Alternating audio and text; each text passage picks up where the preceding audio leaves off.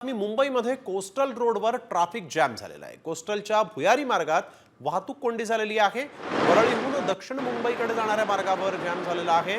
Coastal रोडवरील वाहतूक कोंडीमुळे प्रवासी मात्र पुरते हैराण झालेले आहेत। कोस्टल रोडवर देखील ट्रॅफिक जाम झालेला आहे। ट्रॅफिक जामपासून मुक्ती मिळावी म्हणूनच कोस्टल रोडची उभारणी करण्यात आली होती, परंतु आपण बघतोय की या भुयारी मार्गात अर्थात समुद्राखालून जाणाऱ्या या भुयारामध्ये आपण बघतोय की कशा पद्धतीने ट्रॅफिक जाम झालेला आहे।